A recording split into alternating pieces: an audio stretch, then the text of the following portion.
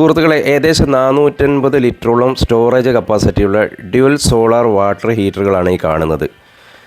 ഈ ടാങ്കിനകത്തേക്ക് നമ്മൾ വെള്ളം കൊടുക്കുന്ന സമയത്ത് ഈ ടാങ്കിൻ്റെ താഴ്ഭാഗത്തുള്ള ഈ ട്യൂബ് വഴി വെള്ളം ഈ പാനലിലേക്ക് ഇറങ്ങുകയും സാന്ദ്രത കൂടിയത് കൊണ്ട് തന്നെ താഴ്ഭാഗത്തേക്ക് ഇറങ്ങുകയും അത് സൂര്യപ്രകാശം തട്ടുന്ന സമയത്ത് ചൂടായിക്കൊണ്ട് മുകളിലേക്ക്, സാന്ദ്രത കുറഞ്ഞത് മുകളിലേക്ക് കയറി ഈ ടാങ്കിലേക്ക് തന്നെ വീണ്ടും അത് സ്റ്റോറാകുകയും ചെയ്യുന്നു.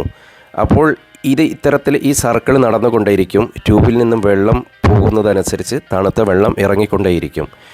എപ്പോഴെങ്കിലും സൂര്യപ്രകാശം ഇല്ലാത്ത സമയത്താണെങ്കിൽ ഇതിലുള്ള ഇലക്ട്രിക് സംവിധാനം വർക്ക് ചെയ്യും. ഇതിനകത്തുള്ള തെർമോസ്റ്റാറ്റ് കണക്റ്റ് ആകുകയും ഘടിപ്പിച്ചിരിക്കുന്ന ഇതിനകത്തുള്ള ഇലക്ട്രിക് കോയിൽ ചൂടായിക്കൊണ്ട് ഈ വെള്ളത്തെ ചൂടാക്കി നിലനിർത്തുകയും ചെയ്യും. അതുകൊണ്ട് തന്നെ ഇത്തരത്തിലുള്ള സോളാർ വാട്ടർ ഹീറ്ററുകൾ വെക്കുന്നത് ഇലക്ട്രിക് ബില്ല് റെഡ്യൂസ് ചെയ്യാൻ ഒരുപാട് ഉപകരിക്കും. ഇത് ഇൻസ്റ്റാളേഷൻ ചെയ്യാൻ വേണ്ടിയിട്ട് കമ്പനി പറഞ്ഞു വിട്ടത് ഈജിപ്ഷ്യൻ ടെക്നീഷ്യന്മാരെയാണ്. ഇവരുടെ വർക്ക് വളരെ ക്വാളിറ്റി കുറഞ്ഞതും ഒരു പ്രൊഫഷണൽ അല്ല എന്ന് തോന്നിയത് കൊണ്ടുമാണ് ഇത് ഇൻസ്റ്റാളേഷൻ ചെയ്യുന്ന വീഡിയോ ഇതിൻ്റെ കൂടെ ചേർത്താത്തത്. നന്ദി.